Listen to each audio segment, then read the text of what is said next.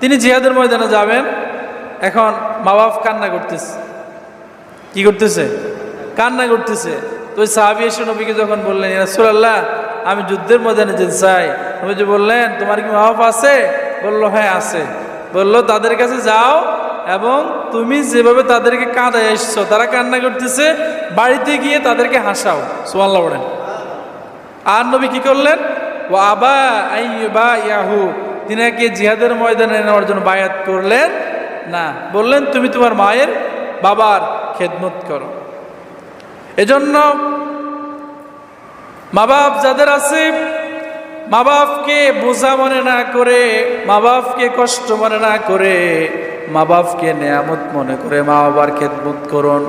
কারণ আল্লাহ তাআলার কাছে তিনটি জিনিস সবচেয়ে বেশি প্রিয়। ওই তিনটি জিনিসের মধ্যে একটি জিনিস হচ্ছে মা বাবার খেদমত করা।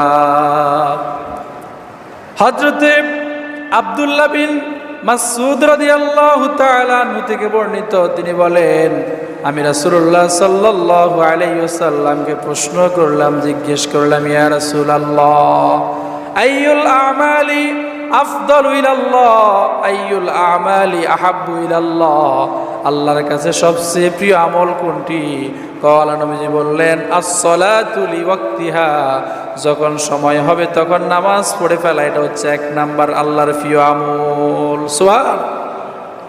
ওই সাহাবী বললেন, সুম্মা আইয়ুন, এরপরে কোন আমল আল্লাহর সবচেয়ে প্রিয়?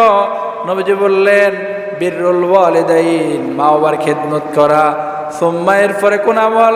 নবীজি বললেন, আল জিহাদু ফি সাবিলিল্লাহ, আল্লাহর রাস্তায় জিহাদ করা হচ্ছে আল্লাহ তাআলার প্রিয় আমল। সুবহানাল্লাহ। তিনটি আমল আল্লাহর প্রিয়। কয়টি? সবাই কথা বলতে হবে। কয়টি? এক নাম্বার নামাজ, সময় হলেই কি পড়া? নামাজ পড়া। দুই নাম্বার মা বাবার খেদমত করা। তিন নাম্বার জিহাদ করা। এই তিনটা আমল আল্লাহর কাছে প্রিয়। তো এখন আমরা জিহাদ করতে পারি না, কিন্তু সবার মা বাবা আছে না নাই?